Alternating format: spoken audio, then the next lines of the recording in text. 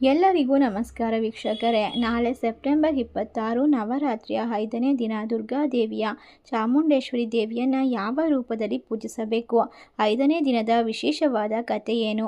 ಈ ದಿನ ಯಾವ ಬಣ್ಣದ ವಸ್ತ್ರ, ನೈವೇದ್ಯ, ಪುಷ್ಪ, ಮಂತ್ರಗಳಿಂದ ಪೂಜಿಸಬೇಕೆಂದು ವಿಶೇಷವಾದ ಮಾಹಿತಿಯನ್ನು ನೋಡ್ತಾ ಹೋಗೋಣ. ಈ 4 ರಾಶಿಯಲ್ಲಿರುವಂತಹ ಜನರಿಗೆ ನಾಳೆಯಿಂದ ಅದ್ಭುತವಾದ ಫಲಿತಾಂಶ ಜೀವನದಲ್ಲಿ ಪಡೆದುಕೊಳ್ಳೋಕೆ ಸಾಧ್ಯವಾಗುತ್ತೆ. ಎಲ್ಲ ರೀತಿಯ ಕಷ್ಟಗಳು ಕಣ್ಮರೆಯಾಗಿ ಸಿಹಿ ಸುದ್ದಿ ಅನ್ನೋದು ಜೀವನದಲ್ಲಿ ತುಂಬಿಕೊಳ್ಳುತ್ತೆ. ಹಾಗಾದರೆ ಅಂತಹ ಅದೃಷ್ಟವಂತ ರಾಶಿಗಳು ಯಾವುವು? ಯಾವೆಲ್ಲ ರೀತಿಯ ಲಾಭವನ್ನು ಪಡೆದುಕೊಳ್ತಾರೆ? ಯಾವ ರೀತಿಯ ಜೀವನದಲ್ಲಿ ಯಶಸ್ಸನ್ನು ಗಳಿಸಿಕೊಳ್ತಾರೆ ಎಂಬ ವಿಶೇಷವಾದ ಮಾಹಿತಿಯನ್ನು ನೋಡ್ತಾ ಹೋಗೋಣ. ಅದಕ್ಕೂ ಮುನ್ನ ನೀವು ಕೂಡ ದೇವರು ಹಾಗೂ ಜ್ಯೋತಿಷ್ಯ ಶಾಸ್ತ್ರವನ್ನು ನಂಬೋದಾದರೆ ಓಂ ದುಂ ದುರ್ಗಾಯ ನಮಃ ಎಂದು ತಪ್ಪದೆ ಕಮೆಂಟ್ ಮಾಡಿ ನಮ್ಮ ಚಾನಲ್ಗೆ ಸಬ್ಸ್ಕ್ರೈಬ್ ಮಾಡಿ. ಹೌದು, ನಾಳೆಯಿಂದ ಈ ರಾಶಿಯಲ್ಲಿರ್ತಕ್ಕಂತಹ ವ್ಯಕ್ತಿಗಳಿಗೆ ಅದ್ಭುತವಾದ ಫಲಿತಾಂಶ ಜೀವನದಲ್ಲಿ ಕಂಡುಕೊಳ್ಳೋಕೆ ಸಾಧ್ಯವಾಗುತ್ತೆ. ಈ ರಾಶಿಯವರು ಬಹಳಷ್ಟು ಅದೃಷ್ಟವಂತರು ಅಂತ ಹೇಳಿದ್ರೆ ತಪ್ಪಾಗೋದಿಲ್ಲ. ಸಣ್ಣ ಪುಟ್ಟ ಕೆಲಸವನ್ನು ಮಾಡುವಂತಹ ವ್ಯಾಪಾರಿಗಳಿಗೂ ಕೂಡ ದೊಡ್ಡ ಪ್ರಯೋಜನವನ್ನು ಸಿಗ್ತಾ ಹೋಗುತ್ತೆ. ಇನ್ನು ಕೂಲಿ ಕೆಲಸ ಮಾಡುವಂತಹ ವ್ಯಕ್ತಿಗಳಿಗೂ ಕೂಡ ಈ ಒಂದು ಸಂದರ್ಭ ಅದ್ಭುತವಾಗಿದೆ ಅಂತ ಹೇಳಿದ್ರೆ ತಪ್ಪಾಗೋದಿಲ್ಲ. ಹೌದು, ನಾಳೆಯಿಂದ ಈ ರಾಶಿಯವರಿಗೆ ಅದ್ಭುತವಾದಂತಹ ಜೀವನ ಪ್ರಾಪ್ತಿಯಾಗುತ್ತೆ. ಗ್ರಹಗಳ ವಿಶೇಷವಾದ ಚಲನೆಗಳು ಇವರಿಗೆ ಶಕ್ತಿಯನ್ನು ತುಂಬುತ್ತೆ. ನಾಳೆಯಿಂದ ನವರಾತ್ರಿಯ ಒಂದು 5ನೇ ದಿನವಾಗಿರುವುದರಿಂದ ಸ್ಕಂದ ಮಾತಾ ದೇವಿಯನ್ನು ಪೂಜೆ ಮಾಡೋದ್ರಿಂದ ಇವರಿಗೆ ಶುಭ ಫಲ ಅನ್ನೋದು ಪ್ರಾಪ್ತಿಯಾಗುತ್ತೆ. ಜೀವನದಲ್ಲಿ ಬಹಳಷ್ಟು ಕಷ್ಟ ನೋವುಗಳನ್ನು ಎದುರಿಸಿ ಒಂದು ಮುಂಬರುವಂತಹ ದಿನಗಳಲ್ಲಿ ಬಹಳಷ್ಟು ಲಾಭವನ್ನು ಪಡ್ಕೊಳ್ಬೇಕು ಅಂತ ಕನಸನ್ನು ಕಂಡಿರುವಂತಹ ವ್ಯಕ್ತಿಗಳಿಗೆ ಈ ಸಂದರ್ಭ ಅತ್ಯುತ್ತಮವಾಗಿದೆ. ನಿಮ್ಮ ಗ್ರಹಗಳು ಸಂಚಾರ ವಿಶೇಷವಾಗಿದ್ದು ಆ ಗ್ರಹಗಳ ಸಂಚಾರದ ಮೂಲಕ ನೀವು ರಾಶಿ ಚಕ್ರದ ಚಿಹ್ನೆಗಳ ಮೇಲೆ ಅದೃಷ್ಟ ಅಥವಾ ದುರಾದೃಷ್ಟವನ್ನು ಊಹೆ ಮಾಡಬಹುದಾಗಿದೆ. ಅದೇ ರೀತಿಯಾಗಿ ಈ ಕೆಲವು ರಾಶಿ ಚಕ್ರ ಚಿಹ್ನೆಯವರಿಗೆ ಮುಂಬರುವ ದಿನಗಳು ಬಹಳಷ್ಟು ಅನುಕೂಲಕರವಾಗಿರುತ್ತದೆ. ನಾಳೆಯಿಂದ ಶುಕ್ರ, ಬುಧ ಮತ್ತು ಮಂಗಳನಂತಹ ಅನೇಕ ಶಕ್ತಿಶಾಲಿ ಗ್ರಹಗಳು ನಿಮಗೆ ಸ್ಥಾನವನ್ನು ತುಂಬೋದ್ರಿಂದ ನಿಮ್ಮ ಮನೆಯಲ್ಲಿ ಯಾವುದೇ ರೀತಿಯ ಒಂದು ಕೆಟ್ಟ ಪರಿಣಾಮಗಳು ಬರುವುದಿಲ್ಲ. ಅನಿರೀಕ್ಷಿತವಾದಿ ಲಾಭವನ್ನು ಕಂಡುಕೊಳ್ತೀರಾ, ನೆಮ್ಮದಿಯನ್ನು ಪಡ್ಕೊಳ್ತೀರಾ. ದುರಾದೃಷ್ಟ ಅನ್ನೋದು ದೂರವಾಗಿ ಆರೋಗ್ಯದ ಮೇಲೂ ಕೂಡ ವಿಶೇಷವಾದ ಪರಿಣಾಮ ಬೀರುತ್ತದೆ. ವೈವಾಹಿಕ ಜೀವನದಲ್ಲಿ ಸಮಸ್ಯೆಗಳು ಸಾಧ್ಯವಾದಷ್ಟು ದೂರವಾಗುತ್ತೆ. ವ್ಯವಹಾರದಲ್ಲಿ ಬಹಳಷ್ಟು ಲಾಭವನ್ನು ಗಳಿಸಿಕೊಳ್ಳಬಹುದು. ಅನಗತ್ಯವಾದ ವೆಚ್ಚಗಳನ್ನು ಖರ್ಚು ಮಾಡೋದನ್ನು ಕಡಿಮೆ ಮಾಡಬೇಕು. ಒಟ್ಟಾರೆಯಾಗಿ ರಾಶಿಯವರಿಗೆ ನಾಳೆಯಿಂದ ಅದ್ಭುತವಾದ ಜೀವನ ಅಂತ ಹೇಳಿದ್ರೆ ತಪ್ಪಾಗೋದಿಲ್ಲ. ಬಹಳಷ್ಟು ರೀತಿಯ ಸಮಸ್ಯೆಗಳನ್ನು ದೂರ ಮಾಡಿಕೊಂಡು ನೆಮ್ಮದಿಯನ್ನು ಕಂಡುಕೊಳ್ತೀರಾ. ಕುಟುಂಬ ಸದಸ್ಯರ ಆರೋಗ್ಯಕ್ಕಾಗಿ ನೀವು ಹೆಚ್ಚಿನ ಹಣವನ್ನು ಖರ್ಚು ಮಾಡಬೇಕಾಗಿ ಬರಬಹುದು. ಹಣಕಾಸಿನ ವ್ಯವಹಾರದ ಮೇಲೆ ನಿಗಾವನ್ನು ವಹಿಸಬೇಕು. ನಾಳೆ ಸ್ಕಂದ ಮಾತಾ ದೇವಿಯನ್ನು ಪೂಜೆ ಮಾಡಿಕೊಳ್ಳೋದ್ರಿಂದ ಆರೋಗ್ಯ ಸಮಸ್ಯೆಗಳು ದೂರವಾಗುತ್ತೆ. ಯಾವುದೇ ನಿರ್ಧಾರವನ್ನು ತೆಗೆದುಕೊಳ್ಳುವ ಮೊದಲು 100 ಬಾರಿ ಯೋಚಿಸುವುದು ಉತ್ತಮ. ವಾಹನವನ್ನು ಬಹಳ ಎಚ್ಚರಿಕೆಯಿಂದ ಬಳಸಬೇಕು. ಇನ್ನು ಈ ರಾಶಿಯವರಿಗೆ ನಾಳೆಯಿಂದ ವ್ಯಾಪಾರ ವ್ಯವಹಾರದಲ್ಲಿ ಭಾರಿ ದೊಡ್ಡ ಮಟ್ಟದ ಒಂದು ಆರ್ಥಿಕ ಲಾಭದ ಸಾಧ್ಯತೆಗಳಿದೆ. ನಿಮ್ಮ ಜೀವನದಲ್ಲಿ ಎಲ್ಲ ರೀತಿಯ ಸಮಸ್ಯೆಗೆ ಶಾಶ್ವತವಾದ ಪರಿಹಾರ ಅನ್ನೋದು ಸಿಗ್ತಾ ಹೋಗುತ್ತೆ. ಈ ರಾಶಿಯವರಿಗೆ ಅತ್ಯುತ್ತಮ ಸಮಯ ಆಗಿರೋದ್ರಿಂದ ಜೀವನದಲ್ಲಿ ನೆಮ್ಮದಿಯನ್ನು ಪಡ್ಕೊಳ್ತಾರೆ. ಹೌದು, ಇಷ್ಟೆಲ್ಲ ಲಾಭವನ್ನು ಈ 4 ರಾಶಿಯ ಜನರು ಕಂಡುಕೊಂಡು ನೆಮ್ಮದಿಯ ಜೊತೆಗೆ ಸುಖ ಶಾಂತಿಯನ್ನು ಮನೆಯಲ್ಲಿ ತುಂಬಿ ತುಳುಕುವಂತೆ ಮಾಡುತ್ತದೆ ತಾಯಿ ಮಾತೆಯ ಆಶೀರ್ವಾದ ಅಂತ ಹೇಳಿದ್ರೆ ತಪ್ಪಾಗೋದಿಲ್ಲ. ನಿಮ್ಮ ಜೀವನದಲ್ಲಿ ಕಠಿಣ ಪರಿಶ್ರಮಕ್ಕೆ ತಕ್ಕಂತಹ ಪ್ರತಿಫಲವನ್ನು ಪಡೆದುಕೊಳ್ಳುವಂತಹ ಸಮಯ ಇದಾಗಿದೆ.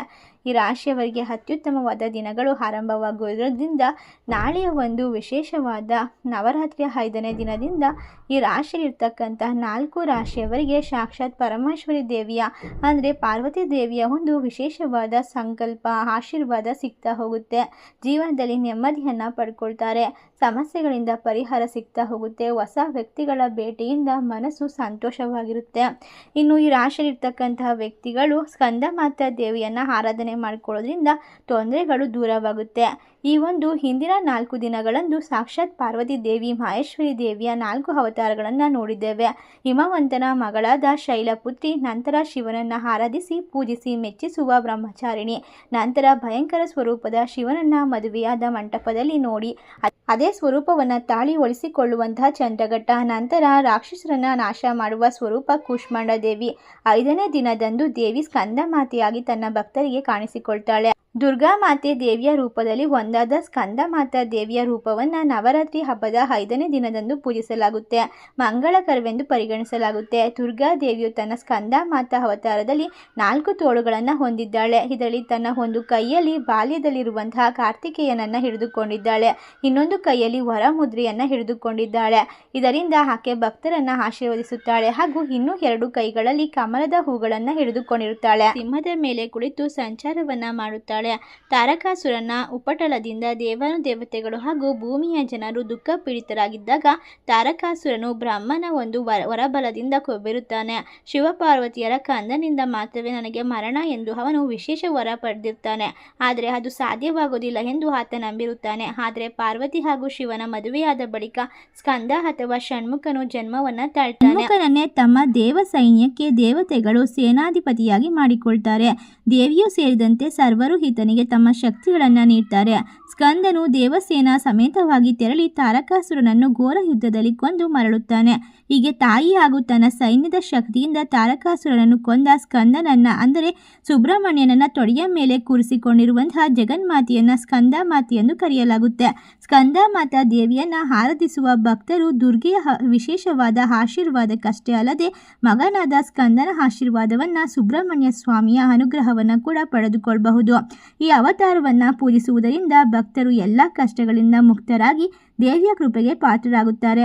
ಸಂತಾನದ ಸಮಸ್ಯೆಗಳೆಲ್ಲ ದೂರವಾಗಿ ಸಂತಾನದ ಫಲ ಸಿಗುತ್ತದೆ. ಸ್ಕಂದ ಮಾತೆಗೆ 4 ಭುಜಗಳಿದ್ದು ಒಂದು ಕೈಯಲ್ಲಿ ಸ್ಕಂದನನ್ನ ಹಾಗೂ 2 ಕೈಗಳಲ್ಲಿ ಕಮಲವನ್ನ ಹಿಡಿದಿರುತ್ತಾಳೆ. ಇನ್ನೊಂದು ಹಸ್ತವು ಅಭಯವನ್ನ ಮುದ್ರೆಯಲ್ಲಿರುತ್ತದೆ. ಸದಾ ತನ್ನ ಭಕ್ತರಿಗೆ ಆಶೀರ್ವಾದ ಮಾಡುತ್ತಾಳೆ. ಇವಳ ಶರೀರದ ಬಣ್ಣವು ಸಂಪೂರ್ಣವಾಗಿ ಬೆಳ್ಳಗಿದ್ದು ಕಮಲದ ಆಸನದಲ್ಲಿ ವಿರಾಜಮಾನಲಾಗಿರುತ್ತಾಳೆ. ಈ ಕಾರಣದಿಂದಾಗಿ ಅವಳನ್ನ ಪದ್ಮಾಸನ ದೇವಿ ಎಂದು ಕರೆಯುತ್ತಾರೆ. ಸಿಂಹವು ಸ್ಕಂದ ಮಾತೆಯ ವಾಹನವಾಗಿರುತ್ತದೆ. ನಾಳೆ ಸ್ಕಂದ ಮಾತಾ ದೇವಿಯನ್ನ ಬ್ರಾಹ್ಮಿ ಮುಹೂರ್ತದಲ್ಲಿ ಬೆಳಗ್ಗೆ 4:33ರಿಂದ 5:21 ಒಳಗೆ ಪೂಜಿಸಬಹುದು. ನಂತರ ಅಭಿಜಿತ್ ಮುಹೂರ್ತದಲ್ಲಿ ಬೆಳಗ್ಗೆ 11:47 12:35 ಒಳಗಾಗಿ ಕೂಡ ಪೂಜಿಸಿಕೊಳ್ಳಬಹುದು. ಸಂಜೆ ಪೂಜೆ ಮಾಡುವವರು 6:13 6:36 ಒಳಗೆ ಪೂಜೆ ಮಾಡಿಕೊಳ್ಳಬಹುದು. ಸ್ಕಂದ ಮಾತಾ ದೇವಿಗೆ ಈ ದಿನ ಹಸಿರು ಬಣ್ಣದ ಸೀರೆ ಅಥವಾ ರವಿಕೆ ಕಣಗಳನ್ನು ಅರ್ಪಿಸಿ ನಮಸ್ಕಾರ ಮಾಡಿಕೊಳ್ಬೇಕು. ಹಸಿರು ಬಿಳಿ ಬಣ್ಣ ಮಿಶ್ರಿತವಾಗಿರುವಂತಹ ವಸ್ತ್ರವನ್ನು ಕೂಡ ದೇವಿಗೆ ಅರ್ಪಿಸಬಹುದು. ಪೂಜೆ ಮಾಡುವವರು ಕೂಡ ಈ ಬಣ್ಣಗಳನ್ನೇ ಪಾಲಿಸಬೇಕು. ಈ ದಿನ ಸ್ಕಂದ ಮಾತಾ ದೇವಿಗೆ ಕೆಂಪು ಬಣ್ಣದ ಪುಷ್ಪಗಳಿಂದ ಅಲಂಕಾರ ಮಾಡಬಹುದು. ಗುಲಾಬಿ, ಕಮಲದ ಪುಷ್ಪಗಳ ಜೊತೆಗೆ ವಿವಿಧ ಪುಷ್ಪಗಳಿಂದಲೂ ದೇವಿಗೆ ಅಲಂಕಾರ ಪೂಜೆಯನ್ನ ಮಾಡಿಕೊಳ್ಳಬಹುದು. ದುರ್ಗಾ ಮಾತೆಯು ಸುಬ್ರಹ್ಮಣ್ಯ ಸ್ವಾಮಿಯ ಜೊತೆ ಈ ದಿನ ಕಾಣಿಸಿಕೊಳ್ಳುವುದರಿಂದ ಸುಬ್ರಹ್ಮಣ್ಯ ಸ್ವಾಮಿಯು ಮಂಗಳ ಗ್ರಹಕ್ಕೆ ಅಧಿಪತಿಯಾಗಿರೋದ್ರಿಂದ ಈ ದಿನ ಕೆಂಪು ಪುಷ್ಪಗಳನ್ನು ಮುಖ್ಯವಾಗಿ ಪೂಜೆಯಲ್ಲಿ ಬಳಸಬೇಕಾಗುತ್ತೆ. ಸ್ಕಂದ ಮಾತಾ ದೇವಿಗೆ ಬಾಳೆಹಣ್ಣಿನ ರಾಸಾಯನ ಮಾಡಿ ಭಕ್ತಿಯಿಂದ ನೈವೇದ್ಯವನ್ನು ಅರ್ಪಿಸಬೇಕು. ಜೊತೆಗೆ ಹೆಸರು ಕಾಳಿನಿಂದ ಮಾಡಿದಂತಹ ಪದಾರ್ಥಗಳು ಪೊಂಗಲ್ ಕೂಡ ನೈವೇದ್ಯವಾಗಿ ಇಡಬಹುದು. ಏನೂ ಸಾಧ್ಯವಾಗಿಲ್ಲ ಅಂದರೆ ಬಾಳೆಹಣ್ಣನ್ನೇ ದೇವಿಗೆ ನೈವೇದ್ಯವಾಗಿ ಅರ್ಪಿಸಬಹುದು. ನಾಳೆಯ ದಿನ ಈ ರಾಶಿಯಲ್ಲಿರ್ತಕ್ಕಂತಹ ಜನರಿಗೆ ಅದೃಷ್ಟ ಎನ್ನುವುದು ಸಂಪೂರ್ಣವಾಗಿ ಒಲಿದು ಬರುತ್ತದೆ.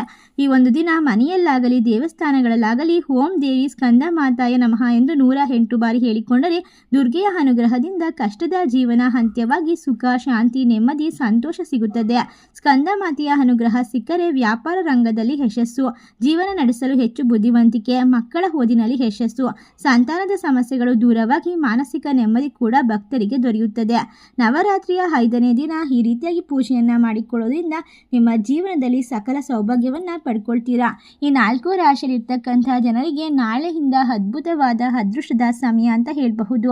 ಇಷ್ಟೆಲ್ಲ ಲಾಭವನ್ನ ಪಡೆದುಕೊಳ್ಳುವ ರಾಶಿಗಳು ಯಾವ್ಯಾವುದು ಅಂತ ನೋಡೋದಾದ್ರೆ ವೃಶ್ಚಿಕ ರಾಶಿ, ಸಿಂಹ ರಾಶಿ, ಮೇಷರಾಶಿ, ಮೀನರಾಶಿ. ಈ 4 ರಾಶಿಯಲ್ಲಿ ನಿಮ್ಮ ರಾಶಿ ಇದ್ದರೂ ಇಲ್ಲದಿದ್ದರೂ ಭಕ್ತಿಯಿಂದ ಓಂ ಸ್ಕಂದ ಮಾತೆ ನಮಃ ಎಂದು ಕಮೆಂಟ್ ಮಾಡಿ ತಪ್ಪದೆ ನಮ್ಮ ಚಾನಲ್ಗೆ ಸಬ್ಸ್ಕ್ರೈಬ್ ಮಾಡಿ. ಸರ್ವೇ ಜನ ಸುಖಿನೋ ಭವಂತು. ಧನ್ಯವಾದಗಳು.